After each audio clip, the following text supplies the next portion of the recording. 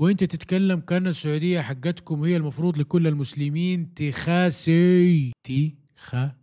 يقول لي صالح حمامة دخل اليوتيوب في 2023 وصار عنده 240 ألف متابع، وانت دخلت اليوتيوب في 2007 وما وصلت 15 ألف متابع. يا رجال والله ما حد درى عنك غير الذباب الإلكتروني. يعني لو تقول لي متى بديت يخاف من الذكاء الاصطناعي أقول لك الآن.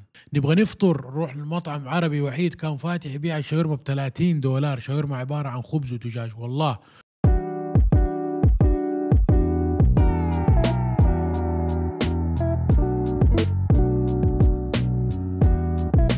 وهلا بالطش والرش والبيض المفرح، مفرح زي قلبي. فرحتوني والله، وصلتوني أخيرا الحمد لله 10,000 سبسكرايبر، والهدف الآن نوصل 50,000 إن شاء الله. الفضل لله أولا، ثم لكم أنتم يا أصدقائي الأعزاء. والله لولا دعمكم كان أنا يمكن ترى من زمان وقفت، لكن تعليقاتكم الإيجابية وكلامكم الجميل هو أكبر داعم لي، فشكرا لكم. وزي ما أقول لكم دائما يشهد الله أن حب. فيا عيوني إذا ما أنت عامل لي سبسكرايب من فضلك ما أنت خسران شيء، ضغطة زر وديها واحد لايك عشان اليوتيوب يعرف إنه أنت مستمتع بالمحتوى اللي أنا جالس أقدمه. وبسم الله نبدأ، ونبدأ كالعادة بأسبوعي. أسبوعي ما يختلف عن أسبوع أي أب عنده أطفال عندهم مدارس، لكن أنا كان عندي زيادة في الموضوع، نقلة بنتي من مدرسة إلى مدرسة أخرى، وإلى الآن شغالين في البروسيس، فأدعو إنه بإذن الله تتم، أو أدعو لها إنه إن شاء الله ربنا يختار لها الأصلح. وندخل كده على المواضيع اللي بنتكلم عنها الأسبوع هذا سريع.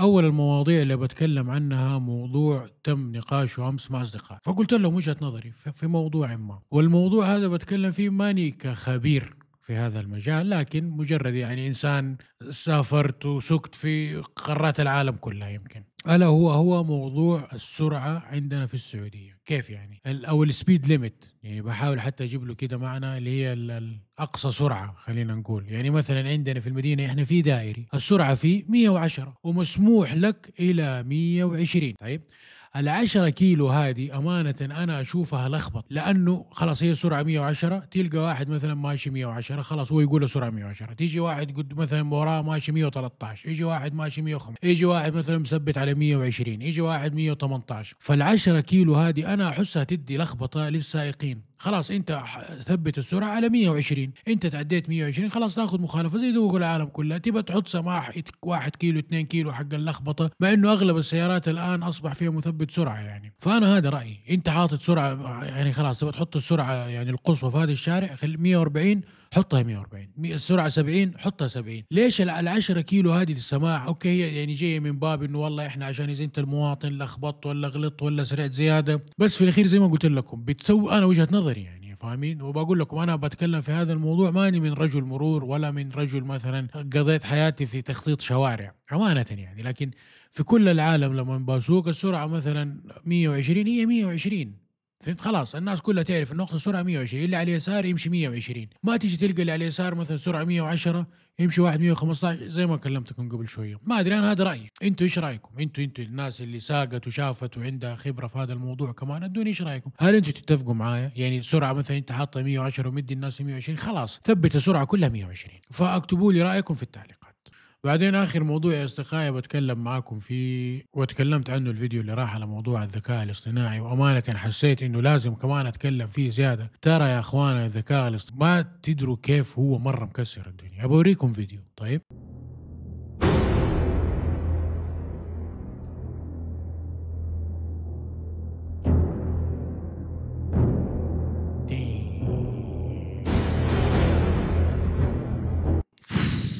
اوف شوفوا مرة ثانية يستاهل. شوفوا انا هنا قعدت اوقف اطالع ادور فين اللحظة اللي قدر يغير فيها، فين ماني قادر ابى اخبل. لانه انا يا جماعه الخير احب العروض حقت خفه اليد هذه كذا، سبحان الله من زمان احبها. فدائما لما اشوفها كذا تقولي كذا ابطئ الكاميرا واقعد اتفرج واحاول احشك خلينا نسميه ساحر، مع هو يعني انت عارفين خفه يد، واحاول اشوف من فين يجيبها. هذا خبلني جنني، كيف سوى كذا؟ كيف عمل كذا؟ ايش القدره هذه؟ ايش القوه هذه؟ بعدين اكتشفت الحقيقه. شوفوا المقطع الاصلي.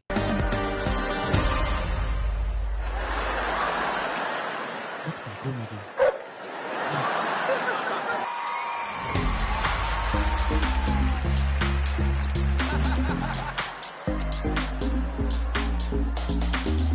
المقطع صاير كامل عن طريق الذكاء الاصطناعي، يعني مسوينه بقوة رهيبة لدرجة انت كبشري ما انت قادر تشوف اللحظة اللي هو قلب فيها من هذا الانسان الى هذاك الحيوان وانتم بكرامة. كيف؟ ايش القوة هذه؟ امانة يعني فعلا انا يعني لو تقول لي متى بديت اخاف من الذكاء الاصطناعي اقول لك الان. اما الذكاء الاصطناعي حق شات جي بي تي واقعد اكتب لي وساعدني ومقاله ومدري، وهذا في موضوع ممكن نتكلم عنه مستقبلا، لاني حتى صرت ما اشوف انه هو ذكاء اصطناعي. ما علينا، ما هذا موضوعنا. هذه الاشياء اللي انا اصبحت تخوفني في الذكاء الاصطناعي امانه. كيف كذا؟ كيف كذا؟ طيب اوكي، ايش حيصير مستقبلا؟ فاهم؟ يعني مثال بسيط، مثلا الدكاتره في عمليات التجميل مثلا كيف يقدروا هم يسووا فيديوهات عن طريق الذكاء الاصطناعي، وقيس عليها عوالم اخرى احنا كبشر ما راح نقدر نكتشف انه هي كانت ذكاء اصطناعي ولا هي حقيقة. يعني الفيديوهات اللي أنا نزلتها الأسبوع اللي راح على موضوع الإعلانات ترى بدائية مرة، ويعني يبغالك اي كيو يكون حقك متوسط انت هتعرف انه هذا الاعلان فيك. واتوقع كثير منكم الان بيشوف اعلانات كثير على نفس الموال هذا، لكن انا اكلمكم على اللي انتم شفتوه الان، لحظة التحول دي والقوة اللي عند الذكاء الاصطناعي. مستقبلا احنا ايش راح يصير فينا؟ الله يستر. وكويس انه في مواقع تشترك للاسف بيها بفلوس، وانا قبل كده في الفيديو عندي في المثبت اشتركت في واحد من المواقع عشان اثبت للناس انه الفيديو هذا مو عن طريق الذكاء الاصطناعي فيه. لكن مو كل مين تخيل كل فيديو تبغى تشوفه تاخده تحطه في الموقع تشوف هذا ذكاء اصطناعي ولا حقيقي، ما يصير. ففعلا يا اخواني الله يستر علينا الايام الجايه من الذكاء الاصطناعي. بس وندخل يا اصدقائي الان على المواضيع الرياضيه. اولا عودا حميدا الى الدوري الانجليزي. اليوم ارسنال لعب فاز 2-0، واهم شيء ابغى اتكلم عنه اليوم انا اباكم تشوفوا هذا الفيديو. فريق ولفرهامبتون، هنا البداية في كرة، في لمسة، في تقدم الأهوال، في عرضية مثالية ولا أروع، في راسية هنا. ايش لاحظته في الكاميرا؟ شيء مجنون. انا اول مرة، انا من ناحيتي يعني ممكن هي كانت في قبل كده انا ما انتبهت لها ما ادري، بس انا اول مرة اشوف كاميرا تتحرك بهذا المنظر، كاني قاعد اتفرج على بلاي ستيشن. يعني لا، الكاميرا مو تتحرك كده كده زي ما احنا تعودنا، لا الكاميرا نفسها تمشي. جايبه الملعب بشكل رهيب. يعني قبل كم سنة أنا اللي تابعني يشوف إني تكلمت على الكاميرا المقربة من اللعيبة كده وتجيب شكلهم خيالي، وعلى طول جبناها. يعني أول مرة أفتكر شفتها في ملاكمة الموسم اللي بعده، وبعدين بدأت تيجي في الكورة الموسم اللي بعده على طول شفتها في الدوري السعودي عندنا. جميلة، تشوفها على الجماهير تشوفها على اللعيبة ممتاز.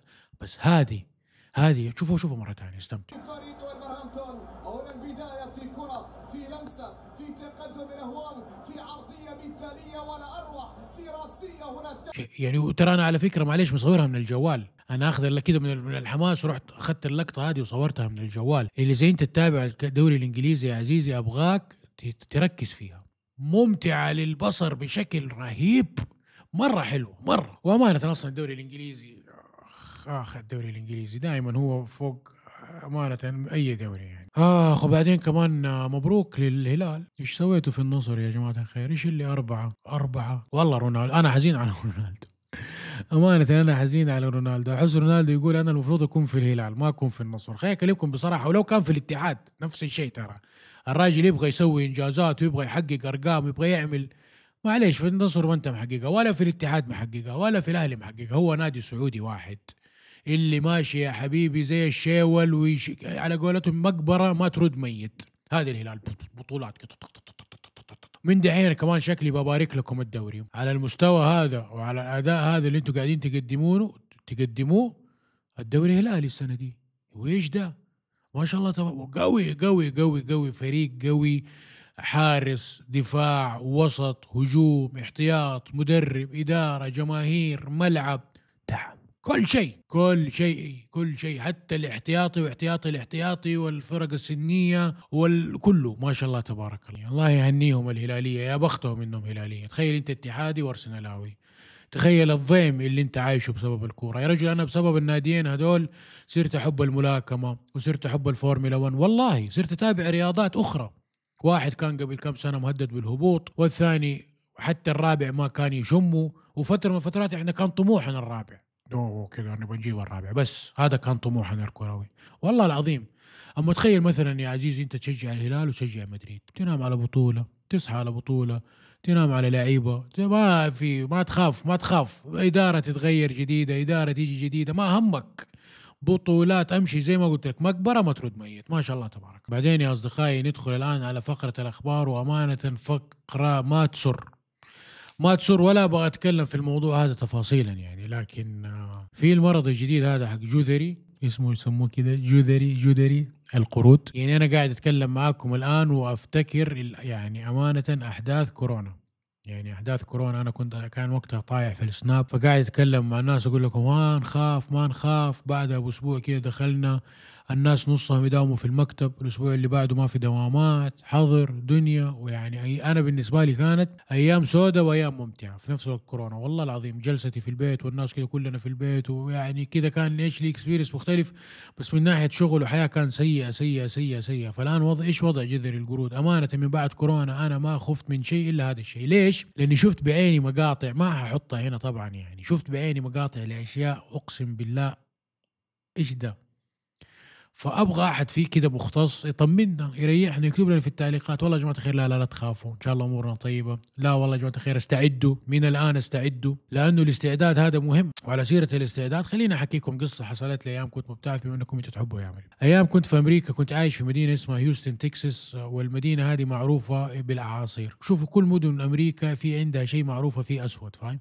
مدينه معروفه بالحرائق، مناطق إن عندها حرائق، مناطق زلازل، مناطق اعصارات، مناطق كل كده. فهيوستن المنطقه اللي عايش فيها كانت معروفه بالاعاصير، الهروكين. فجاء يوم قالوا لنا جاي اعصار استعدوا، ورحنا استعدينا وما جاء اعصار. وتتعرفوا في امريكا الاعصارات يسموها على اسماء بشر، فاهم؟ يعني مثلا يقول جاي اعصار جوناثان، وبعدين يبدأوا بالحروف A B C D زي كذا. فجاي إعصار مثلا آدم، انتبهوا إعصار آدم، واستعدينا ما جاء آدم. بعدين إعصار شارلي، استعدوا شارلي ما جاء شارلي.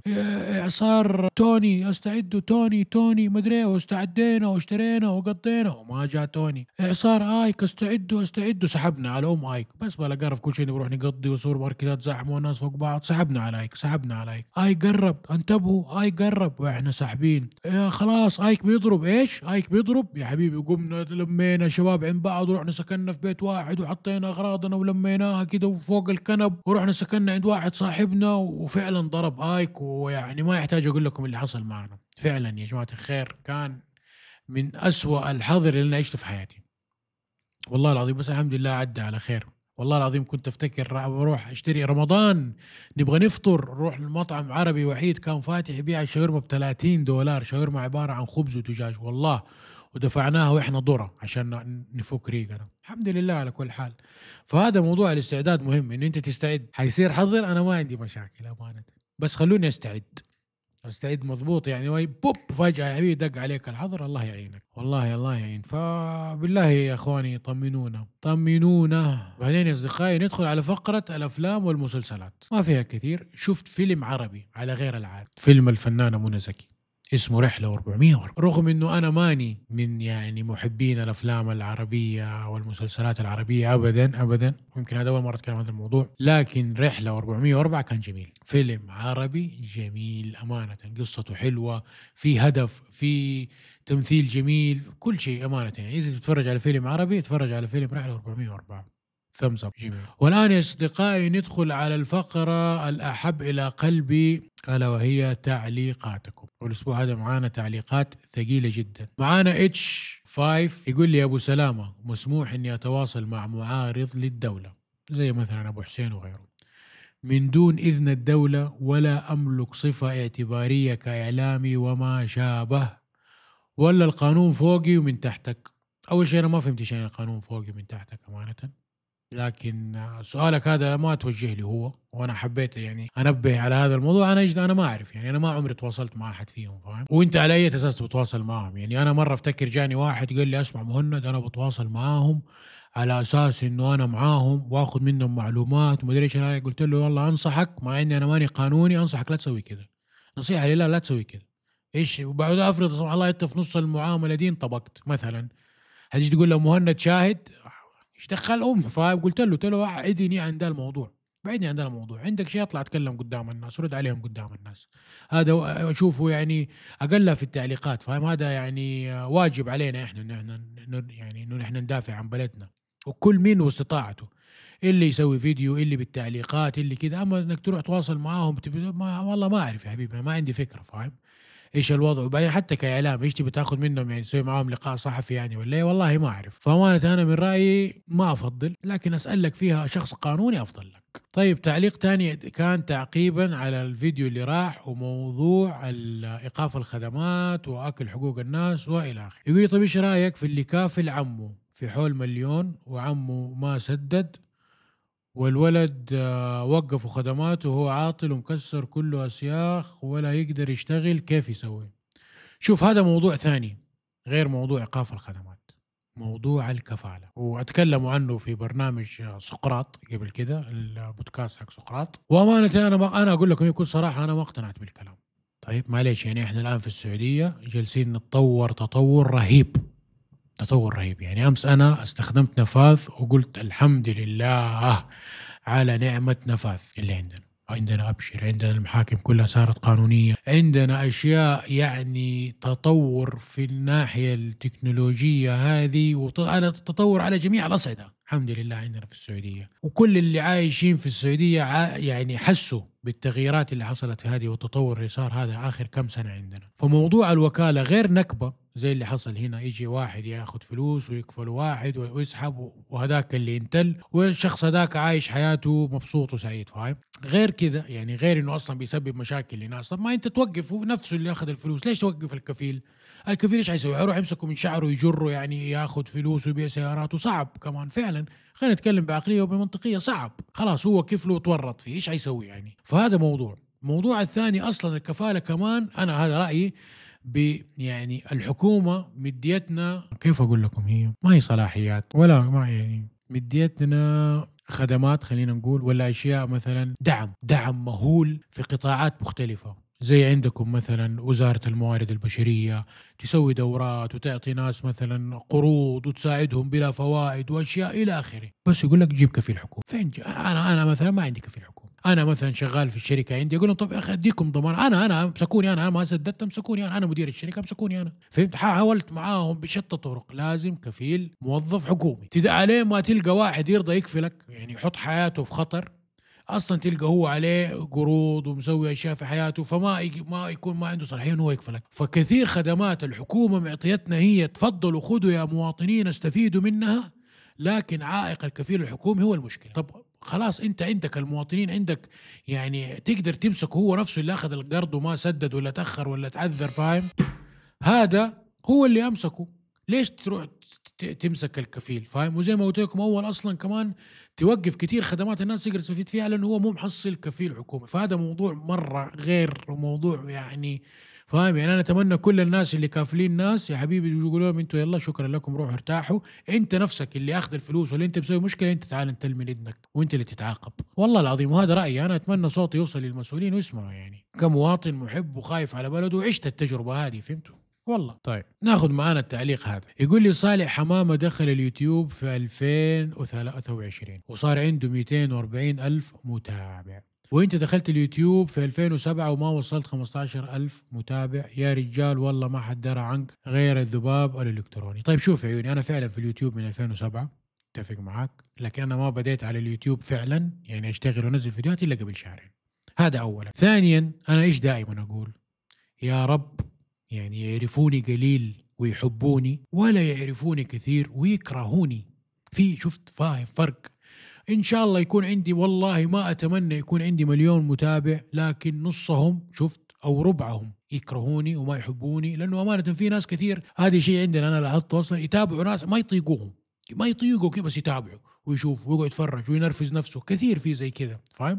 فزي كذا كثير من 240 ألف اللي عند أبو حسين هذول، يا إنهم يعني فعلا ما هم طايقينه، بس يشوفوا ايش جديده، يا انهم ناس بس مجرد يكرهوا السعوديه لكنه عارفين انه هو فشار، وعارفين انه هو متشيع، وعارفين انه يحلف بالله كذاب، وعارفين انه ما عنده هرجه، فاهم؟ فكثير ناس تكره صالح حمامه. الشعب السعودي يعني اقدر اقول لك بالاجماع يكره صالح حمامه. فما اتمنى انه يوصل عندي عدد متابعيني 240 الف واكون مكروه. تمام، عندي ما وصلت 15 الف، لكن يعني اتاكد يقينا انه خلينا نقول 99% فضل من ربنا يحبوني، يحبوا المحتوى اللي انا اقدمه، يحبوا مهند كشخصه، وهذا فضل من ربنا. يعني انا لما نخرج في الشارع، لما انا بفتح بثوث، ما تيجي تلقى ناس مثلا، وسيبك غير عن ابو حسين، يعني في كثير مشاهير ناس ليل نهار تتنمر عليهم. يفتح بثه مثلا تلقى عنده 3000 4000 في البث، كلهم قاعدين يطقطقوا عليهم ويتنمروا عليهم. لا ما ابغى انا راضي بال20 اللي عندي في البث، ويحبوني وننبسط ونهرج مع بعض ومروقين، وال15,000 هذول إن شاء الله شاهدين لي بإذن الله، ويزيدوا بإذن الله، يوصلوا في يوم ما 100,000 على الرايق، واحدة واحدة، ماني مستعجل، في مقابل إنهم فعلا الحمد لله يحبون. فدائما أقول لك هي وعد لك هي، إن شاء الله إن شاء الله يعرفوني قليل ويحبوني، ولا يعرفوني كثير ويكرهوني. طيب، يقول ظهر الشخص اللي يتكلم عشان الفلوس فرحان عشان $100، وانتم تعرفوا الفيديو اللي راح انا فيه جاني دونيشن $100. لا، ما هو اوكي، لا تسوي اوكي على كيفك. وشكرت الشخص اللي جزاه الله خير، يعني سوالي الدونيشن $100. فين ايش يقول ظهر الشخص اللي يتكلم فلوس فرحان عشان $100، وانت مهما غطيت ما هتعرف تخبي حقيقة الرقاصات. انا والله شوف، يعني انا اعرف رقاصات كرقاصات، اعرفهم في، يعني امانه ما يحتاج اقول لك، يعني انت من لهجتك واضحه. طيب، هذول معروف فين مكانهم، ومعروف البلد حقت الرقاصات، صح ولا انا غلطان؟ ما يحتاج. واعوذ بالله يقول لك بلدك بلد العهر. ما اعرف انت من فين جايب الكلام ده، الله يهديك بس. وخليت الكعبه تجاره. هذا الكلام لو انه الكعبه مو في السعوديه عندنا، شوف انا اقدر اقسم لك بالله يقينا انه لو الكعبة موجودة في نص الدول العربية كان دخول الحرم بفلوس. احنا عندنا على العكس تماما.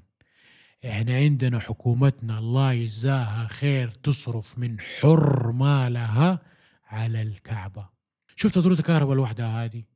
يعني انت عارف الكهرباء في دول ثانية ايش عندهم، ايش بيصير مساكين في موضوع الكهرباء. احنا ابغاك تروح تبحث فاتورة الكهرباء كم تكلف الحكومة شهريا.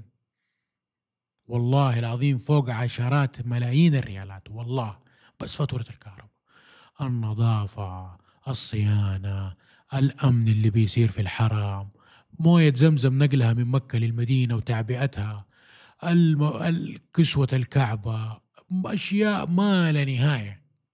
وجاي في الأخير يقول لك إيش؟ خليتوا الكعبة تجارة. فانت ملخبط طال عمرك بين الهرمين وبين الحرمين، في فرق. بدل ما كان ديني، فمهما سويتوا راح تصيروا عبيد الملوك. اوكي، هذه وجهة النظر اللي دائما اتكلم عنها، انه انتم ما تفهموا علاقتنا احنا بين الشعب وبين ملوكنا. في علاقة بيننا احنا انتم ما عشتوها، ما فهمتوها، فاهم؟ يعني اغلب الدول مثلا، يعني والله الواحد يا اخي ما يبي يغلط، والله ما بغلط ولا بنقص من قيمة احد، فاهم؟ لكن ما تعرفوا العلاقة. في يا أخي إحنا عندنا الملك سلمان الله يطول لنا في عمره، لما مثلا مثال بسيط في تغريدة في تويتر لما يجي يكتب يبدأ يقول أبنائي وبنات المواطنين. فاهم؟ هو فعلا الملك عندنا يشوفنا أبنائه وبناته، إحنا الملك نشوفه أبونا. إحنا يعني أنا أديك مثال، أنا لما الملك عبد الله يرحمه توفى، والله العظيم إني بكيت بكى كأنه أحد من أهلي توفى، لاني انا طلعت ابتعاث 10 سنوات على حساب الملك عبد الله يرحمه. انا لما جيت مثلا اتزوج، اخذت القرض حق الزواج، اشياء كثيره الحمد لله فضل من ربنا احنا عندنا ما بتشوفوها انتم، فاهم؟ فانتم ما تحسوا العلاقه اللي بين الشعب السعودي وبين حكامه، ما تحسوها، ما تعرفوها، ما عشتوها، فتشوفوا محبتنا لهم انه احنا عبيد وخاضعين وطبالين ومدري ايش. ليش؟ لانه انتم تشوفوا من وجهه نظركم. يعني انت تشوف مثلا كيف علاقتك بالحاكم حقك، مثلا هو ايش مسوي فيكم، انتوا كيف تكرهوه، تتوقعوا انه كل الحكام في الدول زي كده. لا، مو هم زي كده يا حبيبي، في فرق كبير بين اللي احنا نعيشه مع حكامنا وبين اللي انتوا تعيشوا مع حكامكم. فانا لما احد يجي يكتب لي زي هذا الكلام، والله العظيم اني يعني عشان كده لما ليش ما ازعل منهم، لان انا اعرف هم كيف بيفكروا، هم كيف عايشين عننا، فهمتوا؟ وانت تتكلم كأن السعودية حقتكم هي المفروض لكل المسلمين. تخاسي. السعودية حقت السعوديين، والبترول السعودية حق السعوديين، والحرمين ما هي حقتكم ولا لكم صلاح فيها، وأمانة ما هي حقتنا احنا السعوديين. الحرمين ملك لله عز وجل، عشان هم ايش في بالهم انه الحرمين في السعودية خلاص احنا المسلمين كلنا نتحكم ونتدخل في السعودية، فاهم؟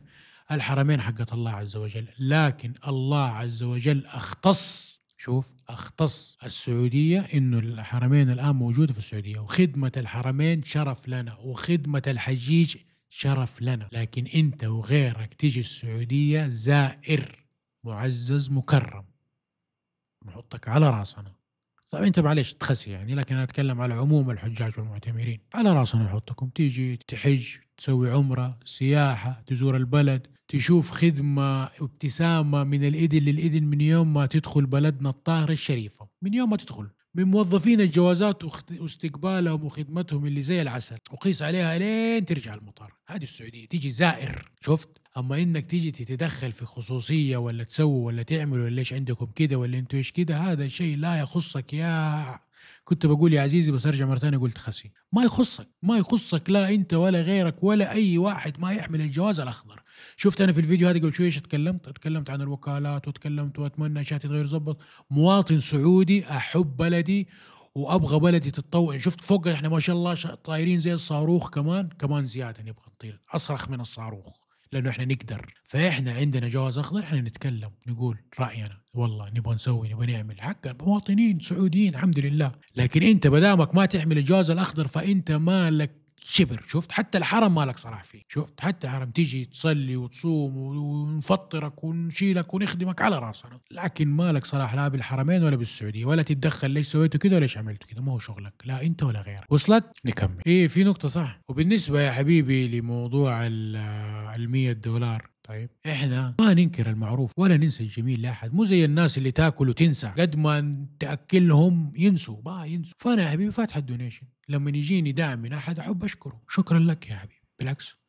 ومو على فكره مو بس $100، حتى اللي بيرسل لي $2 شفت برسل له وبقول له شكرا لك، شكرا لك يا اخي، افتكروني ناس كده، افتكروني حبوا انهم يدعموا القناه، ايش اقول له؟ بالعكس اشكره. وقلت لك والله لو $100 ولا $1000 ولا $2 اي واحد جاء وحط دونيشن ودعم القناه فهو على راسي وشكرا لك. وهذا دليل نفس الموضوع اللي تكلمت فيه اول من محبه الناس، الحمد لله الله يديمها علينا. وبس يا اصدقائي، اتمنى انكم استمتعتوا بهذه الحلقه زي ما انا استمتعت وانا جالس اصورها، والله العظيم. بالله لا من غير بالله يعني، بس من فضلكم لايك شير فولو سبسكرايب، دعمكم لا يوقف. واذا حابين تدعموا القناه رابط الدونيشن موجود اسفل رابط الدونيشن موجود تحت اسفل. شكرا لكم، يشهد الله اني احبكم، والسلام عليكم.